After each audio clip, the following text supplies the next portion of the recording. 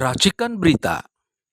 Ya, baiklah. Jadi saya akan melanjutkan pembicaraan satu yang inti, yaitu tentang masalah PIK 2. Dan masyarakat sudah mendengar banyak perkembangan-perkembangan tentang perjuangan yang dilakukan oleh Said Didu. Artinya para tokoh ini, kita bapak-bapak ini semua kan bukan pembela Said Didu sebenarnya, adalah mengikuti informasi dari Said Didu tentang apa yang terjadi di PIK 2 itu, yaitu bagaimana itu bukan sekedar sebuah investasi swasta, tapi ada ini masalah kedaulatan. Ini yang dipertahankan Said Didu itu terjadi suatu ketidakjujuran terhadap masalah investasi yang dinamakan PSN itu. Nah, sekarang kan masyarakat sudah sampai kepada melakukan gugatan terhadap kebenaran tentang PSN itu.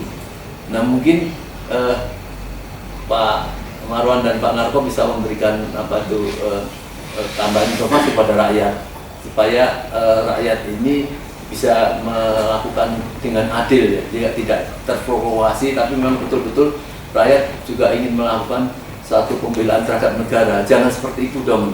Mungkin Pak Narko mungkin secara presentasi di lapangan. Terima kasih Om Lin. Jadi setelah kemarin Pak Said Didu dipanggil, baru dapat surat panggilan, kemudian kita kumpul dan kita katakan Pak Said sesuai dengan hukum yang berlaku, Pak Said ini datang untuk melaksanakan panggilan kepolisian. Dan pada saat itu kita kumpul di sini di daerah Pejaten, ada Refli Harun dan segala macam. Dan kita mengatakan pekerjaan yang dikerjakan oleh Pak Said Didu kita ambil alih. Jadi kita sekarang membentuk tim advokasi rakyat ini, rakyat Tangerang, Tangerang dan ya yang yang terdampak dari PSN itu. Jadi sekarang bukan hanya Pak Said Didu sekarang yang bekerja dan ini tidak sendirian lagi, sudah ada tim. Salah satu di antara ya saya, Pak Marwan dan lain sebagainya. Tadi kebetulan saya jalan-jalan ke sana dengan teman ke desa ini, ke desa Lontar, Kecamatan Kemiri, dan ke desa Muncung, Kecamatan Kerujung. Dari situ saya dapat informasi. Ini malah PIK 2 ya? Iya. Kita nggak tahu mau PIK apa saja, tapi yang jelas begini. Ini dipotong Pak Amur saya katakan. Saya udah baca juga surat keputusan Menko Perekonomian yang menetapkan PIK 2 sebagai PSN, yang katanya ditetapkan tanggalnya 2 hari setelah pengumuman kemenangan hasilnya baca. Di situ disebutkan luas PIK 2 itu hanya 1.755 hektar. 1.755 hektar. Saya lupa. Tapi di dalam 1.755 hektar itu ada area hutan lindung mangrove, nggak tahu berapa ratus hektar. Ada untuk lapangan golf, ada untuk tempat seperti kebun binatang gitu ya, taman marga dan lain sebagainya. Dan itu ekoturism. Ekoturism berarti daerah yang dikatakan sebagai PIK 2 PSN itu ya hanya di sebelah timurnya Kali Cisadane atau di sekitar Teluk Naga sana. Di sekitar Teluk Naga sana saja 1.755. Itulah yang ditetapkan. Tapi faktanya saya tadi lihat itu di baratnya Kali Cisadane sampai ke Tanara, perbatasan Tangerang itu juga digarap. Dan mereka itu pantai sudah hampir semuanya dikuasai oleh mereka di daerah pantai itu. Dan mereka tetap memaksa dengan harga 50.000 tadi. Kecuali ada orang tertentu yang dianggap mereka susahnya musirnya dikasih lebih. Nah, Karena itu saya katakan tadi kepada masyarakat, Pak, yang masuk area P2 PSN itu hanya yang ada di sekitar Teluk Agasa 1.750. Daerah ini tidak termasuk dalam proyek strategis nasional ini. Jadi dia kalaupun mau beli di sini, belilah sesuai dengan proses jual beli biasa. Kalau bapak nggak mau jual, dia nggak boleh paksa. Kalau dia mau beli 50.000, kalau bapak nggak mau, nggak usah kasih. Kalau dia maksa, ya silakan diapain, dilawan dengan gitu. Jadi di sini, ya ingat lagi dengan tulisannya si Saididu. Proyek PIK 2 PSN, dalam proyek PIK 2 PSN terjadi penyelundupan hukum. Kalau ya, apalah istilahnya, kalau saya bilang terjadi penipuan dan penindasan terhadap rakyat. Proses pengambil alihannya itu ya? Iya. Kenapa? Di sana rakyatnya sangat menderita. Tadi saya tanya, kenapa kok rakyat ada yang mau menjual? Pak, rakyat sini susah Pak. Apalagi yang sudah terlibat pinjol. Sudah terlibat pinjol Pak katanya. Dan lain-lain. Bahkan ada juga di sini narkoba juga cukup besar. Nah orang-orang yang sudah tergantung pinjol dengan narkoba tadi, begitu tangannya ditawar 50.000, bahkan 30.000 dikasih, dibeli. Di tempat lain juga kadang-kadang ada juga yang apa? Yang punya masalah ekonomi lah, dibeli. Kemudian tadi ada tanah negara, diuruk sama dia. Tanah negara itu berjuluk sungai. Itu di Desa Muncung, Kecamatan Kerunjung. Dampak dari sungai yang ditutup oleh ini PT BKPN kalau nggak salah namanya. Kita BKPN itu apa itu kontraktornya dari P2 SY. Sungai, dampak dari sungai ditutup ini, saluran air ke bawah nggak jalan. Tambak di sana, ikan mati, ikan hilang. Dampak lagi ke kampung, kalau nanti hujan deras seperti sekarang ini banjir. Mungkin Pak Narko bisa menjelaskan. Tunggu, kenapa nggak dilawan? Saya udah lapor kepala desa. Kepala desa bilang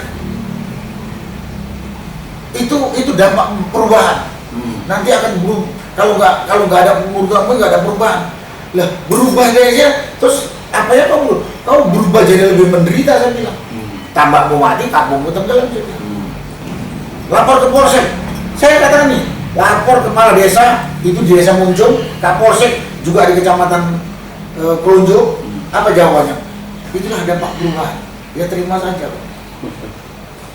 Seperti itu. Kalau sudah begitu, kau terima nggak? Enggak. Ya kau hukum kamu main. Pukul rakyat, lawan. Seperti itu tadi. Jadi Pak Narko melihat bahwa proses katakanlah tadi perubahan lah ya yang dilakukan oleh swasta di lapangan itu, dia menghadapi masyarakat dengan sendirinya melakukan jual beli kemudian untuk dilakukan katakanlah PSN tadi, atau dia bagaimana berhubungan dengan tanah pemerintah yang itu milik pemerintah, apakah swasta itu atau negara hadir nggak di dalam proses-proses itu? Di desa itu kan negara berarti diwakili oleh kepala desa kan? Yeah. Betul kan? Termasuk ada polisi, termasuk juga di situ ada tentara atau Koramil kan. Nyatanya dilaporkan kepada perwakilan negara di situ, terima saja. Ini bagian dari perubahan. Ya, ini perubahan apa? Saya bilang kalau kali ditutup kampungmu banjir, saya bilang. Kalau kali punya negara ditutup, tambakmu juga nggak berini. Ini adalah penyalahgunaan. Ini adalah perampasan asetmu. Kau punya kewajiban untuk mempertahankan. Kalau nggak bisa, ya buat hukum sendiri, saya bilang. Kalau nanti kemudian ada pengusutan, harus bisa ngomong. Terus saya katakan kepada masyarakat tadi, para pengembang rakus ini dengan para pengkhianat rakyat, yaitu tadi kepala desa dengan polisi yang nggak peduli, bisa bilang itu pengkhianat. Ngomong aja, saya ngomong. Orang-orang itu sangat senang kalau rakyat takut, rakyat tidak bersatu, rakyat bodoh. Karena itu untuk menghadapinya rakyat tidak boleh bodoh, paling tidak tahu aturan. Kemudian rakyat harus berani, negara yang bersatu, lawan kejoliman. Karena di luar itu tadi, perampasan tanah itu udah masif banget. Dan itu sudah berjalan, katanya udah lebih dari 2 tahun. Jadi ini betul-betul terstruktur, terencana, masif. Terstruktur, ya di situ terlibat kok namanya pemerintah daerah, dari kepala desa, dari camat, dari sampai ke kepolisian. Terencana, sudah sejak berapa tahun yang lalu penggusuran itu terjadi. Masif, semuanya bekerja sama suaranya. Sama suaranya. Dan dari situ juga saya dapat, ya, ini informasi dari tokoh masyarakat. Kepala desa itu senang kalau ini tanah dibeli oleh pengembang. Karena semua proses jual beli itu pasti ditandatangani oleh kepala desa. Dan tiap meter dari tanah yang dijual itu dia dapat antara 2.000 sampai 7.000 per meter. Itu sumbernya ada pada saya. Itu belum yang lain, polsek dan sebagainya saya nggak tahu. Tapi kepala desa itu dia bilang katanya, setiap meter tanah yang dijual oleh rakyat kepada pengembang dia dapat sekitar 2.000 sampai 7.000 rupiah. Bayangin itu 1 meter, 1 hektar saja ini dapat 700 juta. 1 hektar. Kampung itu sih ribuan hektar. Berapa banyak itu? Makanya makin senang dia dibeli, makin banyak dapat duit kepala desa. Terjadi kayak Mas Kota kemarin. Dengan adanya Said Didu, berkurang kan pendapatannya. Ya, kriminalisasi Said Didu. Sekarang begitu tahu bahwa Said Didu didukung oleh rakyat dan oleh tokoh-tokoh lain karena dia benar, dia malah mau minta mediasi, tapi ditolak oleh Said Didu. Dan ini akan terjadi yakin, karena rakyat sekarang kita lagi edukasi bahwa yang namanya proyek PIK 2 PSN itu hanya di sekitar Teluk Naga saja. Tapi di luar itu sudah terbeli. Saya susah kalau nggak ada gambar yang itu sudah terbeli, terbeli. Tapi yang jelas belinya itu dipaksa. Kan memang enggak mau kita beli, bukan kalau saya bilang dirampas atau diserobot atau dicaplok, enggak dibeli. Ya sekarang gimana Pak Marwan, Pak Musalim, ini barang saya, ya, saya tahu ini mahal, kemudian saya beli 1.000, enggak boleh, tapi paksa beli, sampai nabi. Ini bukan beli kan, walaupun sampai bayar 100.000, padahal ini harganya 100.000. Ini kan perampasan, terjadi di sana. Terjadi. Nanti dilanjutkan. Saya pengen Pak Marwan, karena saya perhatikan pertama sebagai sahabat dari Pak Said Didu, lama-lama pernah pejabat, ya, Pak Marwan kan pernah menjadi diplomat DPD ini, yang mungkin tahu lah mekanisme bagaimana antara rakyat dengan para diplomat itu. Nah, Pak Marwan melihat seperti apa? Karena Pak Said Didu ini kan sekarang sudah ada beberapa orang yang menuduh bahwa ini Pak Said Didu sudah memperjuangkan kepemilikan pribadinya. Padahal kan kita semua tentu tersenyum lah melihat tuduhan-tuduhan seperti itu. Jadi sebenarnya seperti apa kemarin apa yang dilakukan Pak Said Didu ini? Ya, saya kira yang dilakukan Pak Said Didu itu adalah hal-hal yang memang sesuai dengan kepentingan negara, dengan rakyat, memperjuangkan supaya rakyat itu tidak ditipu, dizolimi atau ditindas. Faktanya memang rakyat itu sudah menjadi korban, sehingga dia semakin nyaring menyuarakan, dan saya kira cukup sering datang ke daerah-daerah yang atau 9 kecamatan yang dibebaskan itu, karena ingin menyaksikan langsung bagaimana kezoliman dan penindasan itu terjadi. Sehingga Pak Said sudah melihat bagaimana misalnya korban dari penggusuran atau penindasan itu kehilangan pekerjaan, atau rumahnya kalau belum mau bayar ditimbun di sekelilingnya, atau sudah tidak punya mata pencarian karena sudah tidak bisa bertani, bertambak, atau pergi melaut sebagai nelayan. Jadi fakta bahwa sudah ada korban itu Pak Said menyaksikan. Tapi ini terjadi karena memang PIK 2 ini adalah proyek PSN yang oleh pelaksana proyek, namanya itu PT Mutiara Intan Permai ya, sebagai perusahaan yang menjalankan fungsi pembebasan lahan, mungkin nanti pembangunan, yang merupakan satu kesatuan dengan PANI, perusahaan yang terdaftar di Bursa Efek Indonesia, yang pemiliknya itu terutama adalah Aduan dan Salim. Jadi pengembang ini secara sistemik membebaskan lahan rakyat secara zolim, tanpa hambatan, sehingga Pak Said Didu itu salah satu tempat rakyat mengadu. Tapi di sisi lain Pak Said Didu itu melihat ketidakadilan di lapangan, sehingga dia terus bersuara. Sementara yang namanya pejabat-pejabat negara, mulai dari lurah, camat, bupati, sampai gubernur dan menteri-menteri, seolah-olah tidak ada lagi, tidak berfungsi, sehingga kita sebutkan ini negara sudah tidak hadir, ya. Maka apa yang dilakukan Pak Said Didu itu mestinya kita sambut baik sebagai rakyat, ingin supaya kezoliman dan penindasan berakhir, dan kita harus wajib untuk melanjutkan. Kalau Pak Said Didu nanti sudah apakah ditangkap atau apa berhenti bersuara, ya kita wajib menyuarakan ini. Karena tadi ini sudah menjadi satu kesatuan, penguasa dengan pengusaha.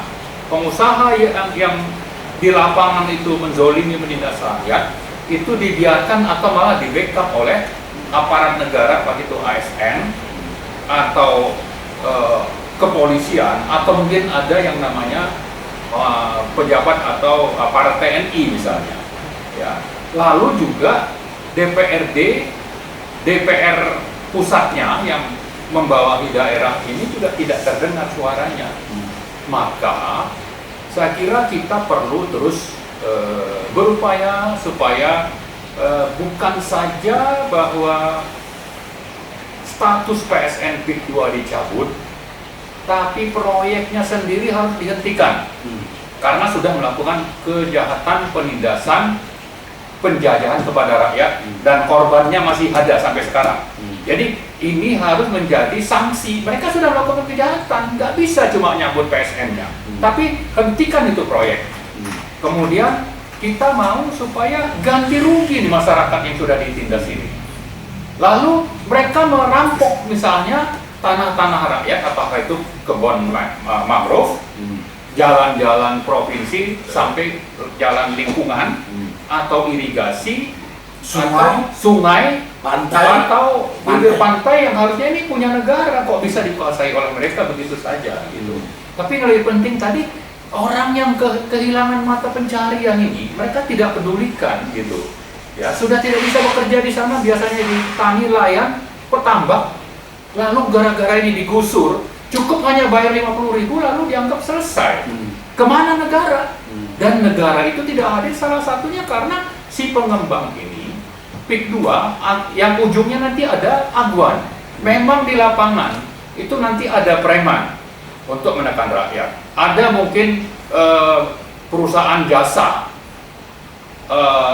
yang berada mungkin 2-3 tingkat di bawah perusahaan Mutiara punya PANI tadi.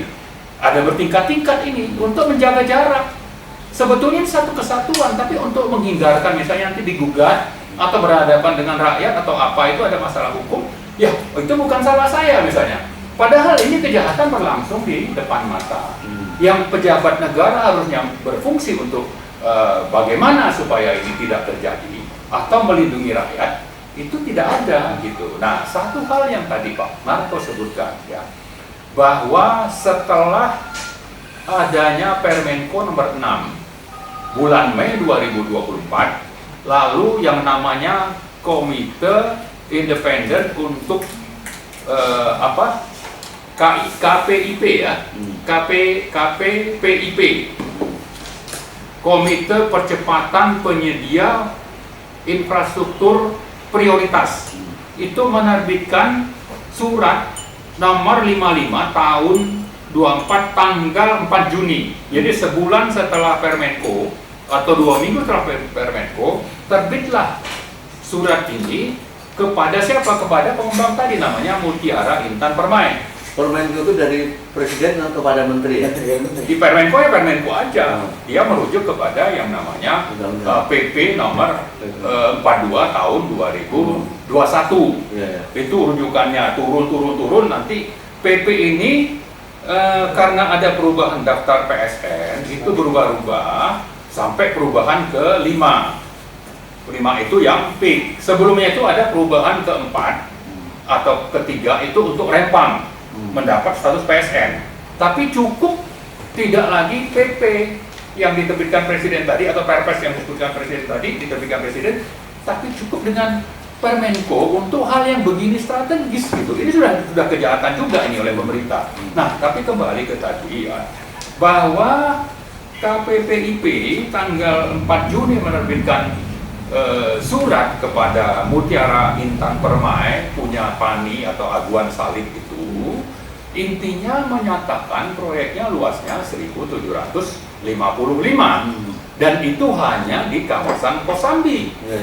Nah, tapi oleh pengembang ini dijadikan satu yang awalnya itu PIK 2 hanya di Kosambi, ada PIK 3 nanti di kecamatan mana, lalu PIK 4, PIK 5 sampai 11 rencananya. Tapi dengan status PSN PIK 2 itu semua diklaim sebagai PIK 2. Dan kalau mereka berkelit, ada tulisan proyek PIK 2 itu di Kronjo yang jaraknya 60 kilo ke arah barat sana.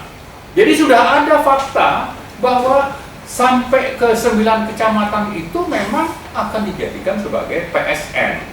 Kenapa seperti itu? Supaya Lumbak menjadi mudah menindas rakyat. Ada alat bahwa ini PSN.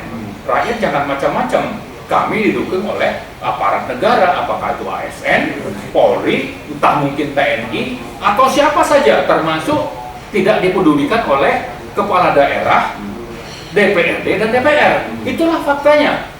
Sehingga saya kira ini bukan sekedar kejahatan yang kalau kita bilang ada penyeludupan hukum oleh Pani atau oleh Mutiara Intan Permai untuk merubah PIK 2 hanya dari Kosambi sampai nanti mungkin panjangnya 90 km ke arah barat, tapi juga tidak mungkin yang namanya penguasa mulai dari lurah atau yang namanya menteri, kemudian DPR tidak tahu ada penyelewengan ini. Lalu kalaupun sudah menerbitkan, yang namanya menteri, kementerian itu kan bisa ngecek.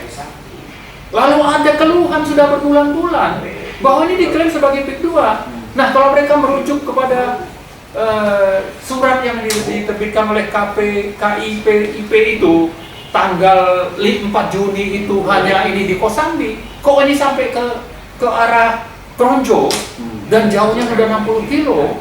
Jadi kan sudah tidak sesuai dengan surat kami misalnya oleh pemerintah, oleh Kemenko Perekonomian atau oleh KIPPIP ini. Tapi kan mereka tidak melakukan itu, mereka tutup mata saja. Sebelum jauh nih Pak Maman. Ya. Tadi kan kita bicara tentang penyelewengan itu. Tapi sebenarnya proyek PSN itu kemudian nampak sudah dilakukan oleh swasta. Itu sebenarnya master plan-nya itu biasanya yang membuat awal itu memang pemerintah, DPR atau memang jangan-jangan saya kira kita sendiri yang buat semacam itu bukan isu yang perlu kita bahas. Saya ingin menjelaskan tadi, jadi jangan dipotong dulu gitu. Maksud saya, kita jangan mengartikan bahwa si pengembang Aguan dan Salim ini melakukan penyeludupan hukum. Memang faktanya mereka menyodorkan hukum bahwa ini cuma untuk Kosambi, tapi dengan status PSN mereka perluas ini sampai ke panjangnya 90 km ke arah barat, ke arah menuju Merak. Nah, buktinya bahwa di kilometer 60 itu ada tulisan ini proyek PIK 2, padahal PIK 2 itu hanya sampai Kosambi.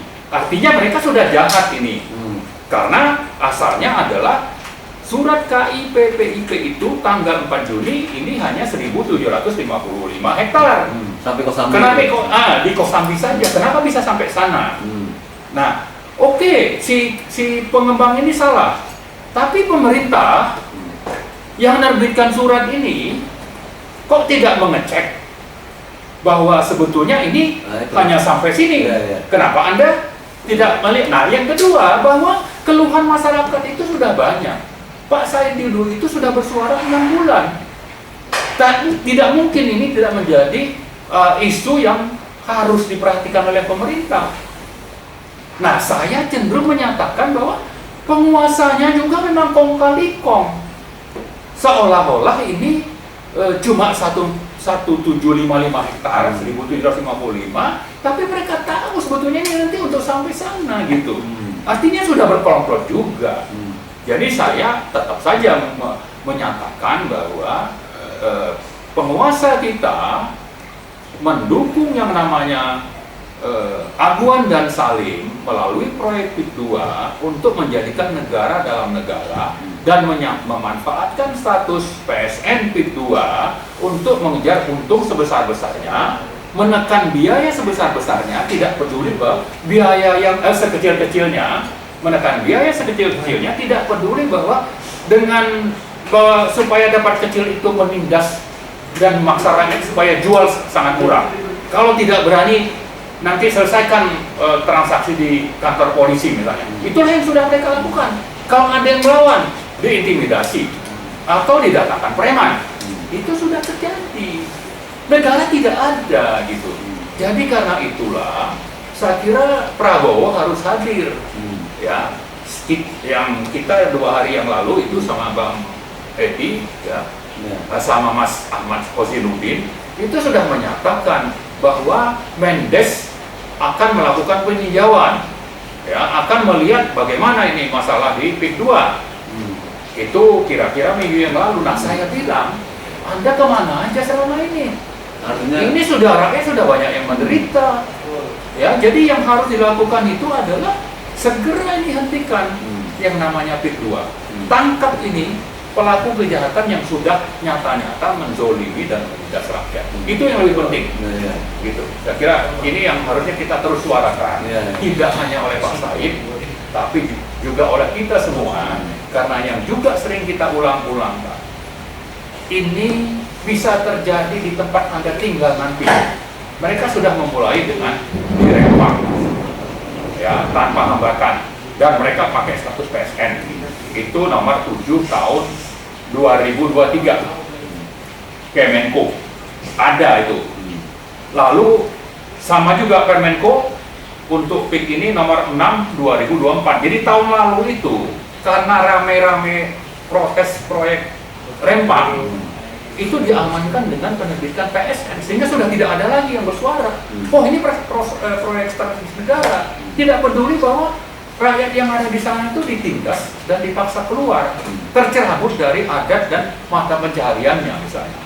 Nah, bisa saja nanti kalau kita tidak melakukan perlawanan, ini terjadi di pantai utara Jawa misalnya, pesisir timur Sumatera, atau yang sudah ada itu misalnya di Taman Nasional Komodo. Itu sudah terjadi, rakyat itu akhirnya kan disuruh keluar. Mata pencariannya tidak jelas. Dalam rangka apa? PSN. PSN itu harusnya mengutamakan proyek-proyek untuk kepentingan orang banyak, untuk kesejahteraan, untuk pertumbuhan ekonomi dan lapangan kerja, bukan sebaliknya. Itulah saya kira sebabnya PSN ini tidak boleh diberikan kepada para pengusaha swasta, karena ujungnya itu akhirnya nanti akan merugikan negara dan rakyat. Baik, saya beralih Pak menelpon terakhir masalah PIK ini. Ini sekedar artinya kerakusan bisnis seorang pengusaha atau dikhawatirkan secara keamanan negara atau secara kedaulatan? Ini memang ada sesuatu yang sangat sudah berbahaya sekali. Penguasa-penguasa berada di wilayah-wilayah pinggiran pulau-pulau Indonesia ini, yang jelas itu menjadi sesuatunya mestinya dikuasai oleh atas keamanan negara, bukan satu perumahan yang dimana perumahan itu yang jelas nampaknya justru bukan diperlukan orang Indonesia gitu. Itu yang mungkin Pak Presiden sempat menyinggung mengatakan bahwa jangan ada perumahan eksklusif di situ. Pak Narto melihatnya sebenarnya Sangat kuat dugaan saya. Hmm. Ini punya rencana tertutup yang seperti tadi Pak Om Nursalim katakan. Dia mau menguasai daerah swasta, mau menguasai daerah yang luas, begitu luas, lebih luas dari Singapura. Karena hitung-hitungan kalau sampai ke Tanaran itu di atas 100.000 hektar. Berarti lebih luas dari Singapura yang katanya cuma 73.000 hektar. Kenapa dugaan saya kuat? Rencana ini kita baru tahu akhir-akhir ini aja. Tapi begitu saya tanya kepada masyarakat tadi, ini sudah 3 tahun yang lalu pembelian itu sudah dilakukan. Berarti kan sangat sangat terencana. Iya. Masih. Terus kita lihat lagi yang sudah dibangun di PIK ini, di PIK 2. Dia tembok. Jadi seperti suatu area yang mirip negara dalam negara. Ya ini nanti kalau terbeli semuanya sampai ke tanah rasa Serang, kira-kira akan dipagar seperti itu. Jadi itu negara swasta yang mungkin juga sebetulnya asing juga bermain di sini ya. Tapi yang jelas sekarang kita bisa katakan itu negara swasta milik ASG tadi, Aguan CS tadi. Itu yang bisa terlihat, sangat mungkin. Jadi kerakusan dan kemudian memanfaatkan aparat yang masa bodoh atau aparat yang pengkhianat tadi. Tadi kan dikatakan Pak Marwan tadi, di situ ada aparat desa, di situ ada kecamatan, di situ ada polisi. Dan saya katakan sekali, sampai tingkat kabupaten nggak ada yang peduli. Nggak tahu sampai tingkat gubernur. Tapi katanya pejabat gubernur nggak ada. Pejabat atau aparat gubernur nggak ada yang kemarin ke situ, nggak ada yang peduli. Jadi karena itu sangat benar. Kita minta aparat pusat melihat lagi ini. Kerakusan ini arahnya akan membentuk negara dalam negara. Terlihat sekali. Sungai sampai tepi pantai dikuasai. Laut sekarang dipagar untuk membatasi supaya nelayan nggak bisa mendekat ke arah pantai yang sekarang sedang dikerjakan. Jadi dugaan kita ya, sebagai warga negara, apalagi kalau mau melihat perkiraan intelijen, kerakusan bekerja sama dengan para pengkhianat tadi. Ya kalau Pak Marwan bilang orang masa bodoh, kalau bilang saya bilang masa pengkhianat. Karena mereka dapat kepala desa dapat bagian, orang-orang yang lainnya juga dapat bagian. Ini pengkhianat nih, bukan lagi masa bodoh.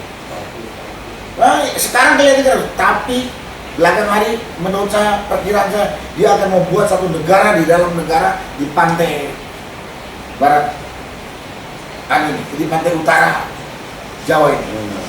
Dan itu sudah terlihat dengan yang sudah dibangun sekarang. Tembok ramah, seperti tembok Berlin itu yang sudah roboh. Oh sekarang kalau masih ada tembok Gaza ya. Arahnya ke situ. Kemudian itu arahnya. Tapi prioritas sekarang ini, apalagi yang dikatakan oleh Pak Said Didu yang sedang dikerjakan, penindasan itu luar biasa masifnya. Preman digunakan, aparat desa juga jadi seperti preman. Aparat kepolisian pun jadi kayak preman. Oknum di situ. Tapi kalau kita bilang oknum, bayangin aja Babin Kaptimas tak ada di situ. Babinsa ada, Sidang Ramil ada di situ. Kok diam saja? Jadi desa ini sudah terbeli semua, sudah terbeli. Kalau kepala desa tadi saya, rakyat sudah lapor kepada. Iya Pak, dia senang kalau ada jual beli, apalagi dibeli oleh ASG. 1 meter dia dapat 2.000 sampai 7.000 per meter. 1 hektar dia dapat 700 juta. Kalau 1.000 hektar, satu desa itu lebih 1.000 hektar. Ya, ini dari dugaan saya ini. Terus kembali ingat dengan ini perusahaan, kita bukan masalah rasis. Kebetulan memang ini turunan Cina, ya kan? Aguan CS ini kan etnis Tionghoa atau Cina, bukan masalah rasis. Tahun 50-an itu pekerja kasar datang ke Tibet karena Tibet masih kaya. Lama-lama pekerja kasar itu atau jadi tentara, ngabisin Tibet, Dalai Lama diusir.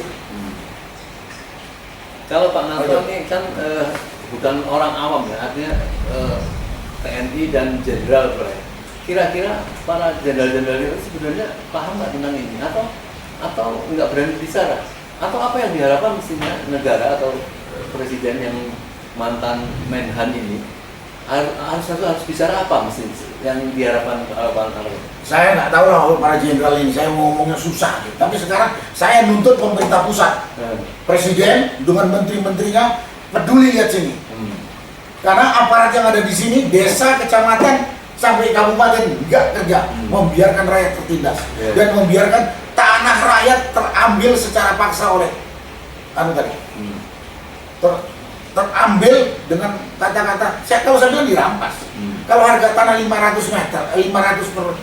ribu per meter, dipaksa beli, dibayar 50.000. Ini mah bukan dibeli, dirampas kok. Dirampas kan? Orang harga barang ini sebetulnya 500.000 kok. Tahu?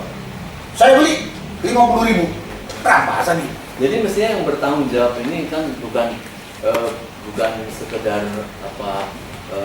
TNI atau rakyat, mestinya pemerintah harus bertanggung jawab terhadap apa yang terjadi di lapangan. Dan apa tadi disampaikan Pak Narto, di lapangan ini kan orang tidak bisa bicara lain. Kalau kita lihat semua di tembok tinggi seperti itu, kita lihat hutan mangrove dikuasai, punya pemerintah dikuasai mereka karena ditutup oleh perumahan-perumahan. Ini kan beras negara dalam negara. Kalau di lapangan seperti itu, jadi kira-kira sebenarnya tahu nggak para pimpinan-pimpinan itu Pak?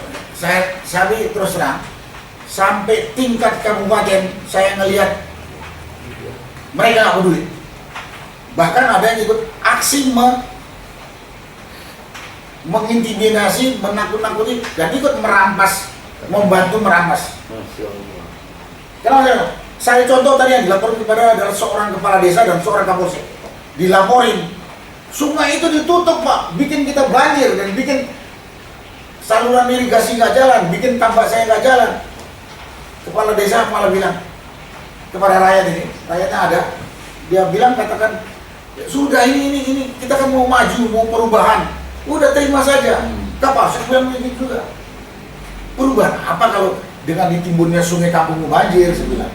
Dengan ditimbun sungai tambakmu habis, dan begitu. Kan bukan seperti itu. Tapi saya yakin, saya katakan di tingkat kabupaten, tidak ada petugas kabupaten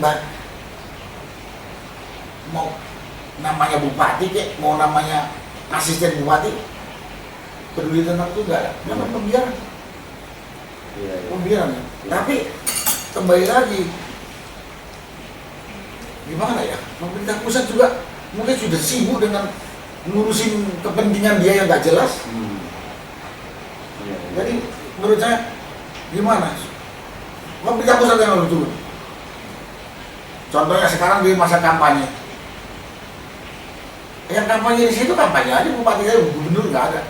Kampanye aja pilih saya, tapi kampanye nanti akan membantu membereskan masalah yang terjadi perampasan tanah ini, nggak ada yang berani ngomong. Tak ada yang berani ngomong. Jadi kalau ditanya para jenderal segala macam, yang jelas para jenderal itu nggak ada yang buta, nggak ada yang tuli, nggak ada yang buruk. Tinggal hatinya saya nggak tahu. Para pemerintah di pusat itu saya tahu tidak ada yang buruk, tidak ada yang buta, tidak ada yang tuli. Tinggal hatinya saya nggak tahu, peduli nggak sama rakyat. Nah, itulah yang saya. Tapi yang jelas dugaan saya akan terjadi, kalau dibiarkan akan terjadi negara dalam negara. Baik, saya berharap apa yang disampaikan Pak Narto yang sangat berharga ini, rakyat memperlihatkan atau ada greget atau ada kemudian giroh timbul dari apa yang sudah disampaikan, sudah habis kata-kata yang harus bagaimana melakukan edukasi pada rakyat. Pak Marwan, terakhir nih, closing Pak. Ini apa yang akan dilakukan oleh para tokoh yang sudah melihat langsung bagaimana memilukan sekali ini penjajahan terselubung ini yang dibantu oleh para aparat yang boleh jadi kalau mereka tidak paham dan membiarkan itu sebagai pengkhianat juga. Saya nggak percaya kalau ada aparat yang tidak paham. Saya kalau yang hatinya udah kotor jadi pengkhianat, yakin saya. Yang menjadi orang hatinya pada mati semua. Mati. Pak saya. Ya, saya kira kita sudah menyatakan tuntutan secara jelas ya. Waktu kita mendampingi Pak Saidilu tanggal 19 November yang lalu, hari Selasa. Kita sudah menyebar tuntutan, ya, jadi ada cerita pelanggaran hukumnya, ada fakta kejahatan itu memakan korban di lapangan seperti apa, dan dikaitkan dengan konstitusi dan undang-undang yang berlaku. Maka kita menuntut supaya, ya karena tadi melanggar konstitusi dan undang-undang, di satu sisi ada rakyat jadi korban, di sisi lain sementara pengembang, penguasa dan pengusaha itu bersatu justru untuk membuat rakyat itu jadi korban sambil melanggar hukum. Maka kita menuntut, kita tuntut kembali, saya ulang, kita tuntut proyek itu dihentikan, bukan hanya status PSN-nya tapi proyek keduanya. Yang kedua, kita minta ada ganti rugi kepada rakyat yang sudah menjadi korban. Yang ketiga, kita minta para pelanggar hukum, baik dari sisi penguasa maupun pengusaha yang sudah ber-KKN RIA, ini diproses secara hukum. Kemudian yang keempat, kita mau agar yang namanya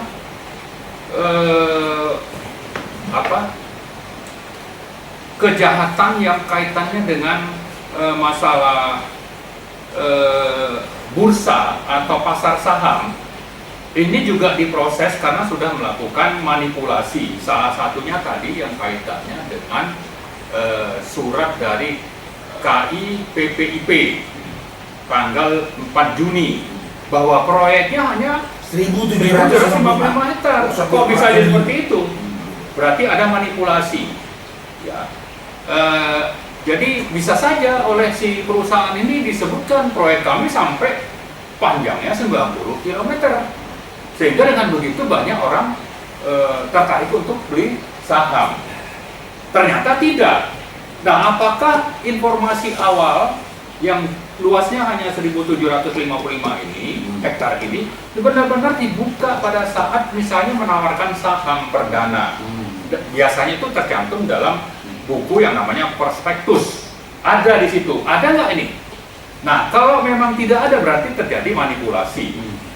Nah, tapi itu tidak berarti kalau memang ada penyeludupan hukum istilahnya, ada manipulasi, itu yang bertanggung jawab hanya si pengusaha.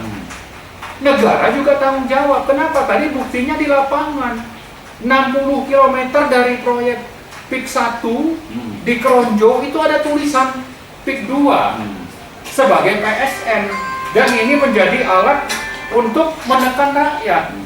Aparatnya kok diam saja? Berarti dia satu kesatuan gitu. Jadi banyak hal-hal yang perlu kita kembali ulang-ulang agar tuntutan kita tadi itu benar-benar bisa terlaksana. Termasuk kita minta DPR bikin angket pansus khusus soal PIK 2 kalau memang peduli, dan sekaligus untuk menunjukkan bahwa Anda partai-partai yang waktu kampanye ngajak rakyat nyoblos Anda itu bukan antek-antek dari para konglomerat oligarki dan berada di bawah oligarki pimpinan Jokowi dan Aguan dan konglomerat-konglomerat lainnya. Buktikanlah bahwa partai Anda tidak seperti itu dengan mendukung adanya pansus. Nah, itu antara lain 5 besar yang saya ingat. Ada yang lain-lain, tapi ini sangat penting untuk terus kita suarakan supaya bisa terlaksana di lapangan. Tidak mau lagi kita ini ada kezaliman tapi tidak ada proses hukum.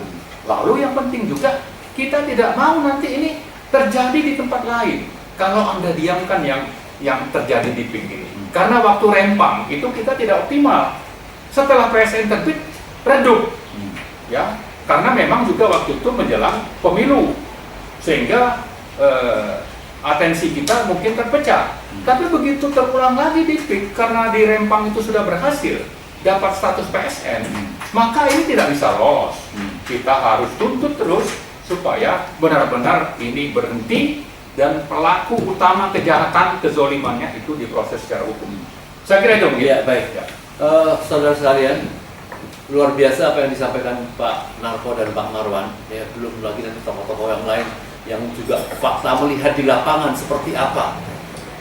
Kalau kita melihat bagaimana perjuangan para pahlawan kita dulu memerdekakan Indonesia, ya, begitu dahsyat, ya, dan sekarang ini nampak kita ini sebagai anak bangsa yang tidak bertanggung jawab bagaimana melihat para pejuang kita dulu memerdekakan Indonesia.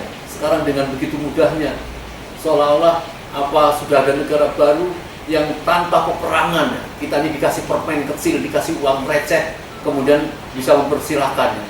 Kalau saudara sekalian baik di Kalimantan, Sumatera, Sulawesi atau Surabaya datang ke Indonesia, datanglah ke yang namanya PIK 1.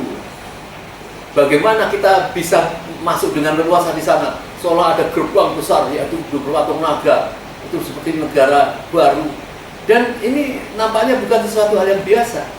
Kecuali kalau kita tidak mencintai Indonesia sebagai negara merdeka, ya ini kembali pada kita semua. Tetapi alhamdulillah para pejuang kita, para tokoh peduli seperti Bang Said Didu, dituduh-tuduh seolah ini kepentingan dia pribadi, tidak ada.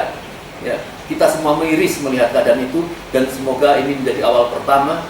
Ya, jangan sampai kemarin itu atau hari ini para pengembang, para pengurus PIK 2 mengundang para tokoh masyarakat di sekitar situ untuk melakukan dialog. Dialog ini jangan diartikan apabila ada deal-deal di antara mereka seolah selesai di persoalan mereka. Ini persoalan negara. Ya. Orang-orang khawatir di daerah-daerah itu ditekan dengan uang dan sebagainya, seolah itu menjadi ilegal. Oleh karena itu saya setuju tadi Pak Marwan menjelaskan bahwa kita akan mempermasalahkan atau akan mendatangi, ya, kantor Permenko atau Menko perekonomian dalam hari ini, yang tentu turut bertanggung jawab bagaimana melepaskan proses PSN itu. Baik, semoga pada sore hari ini kita mendapat informasi yang menjadikan akan timbul giroh kita sebagai bangsa Indonesia. Assalamualaikum warahmatullahi wabarakatuh. Terima kasih. Siap.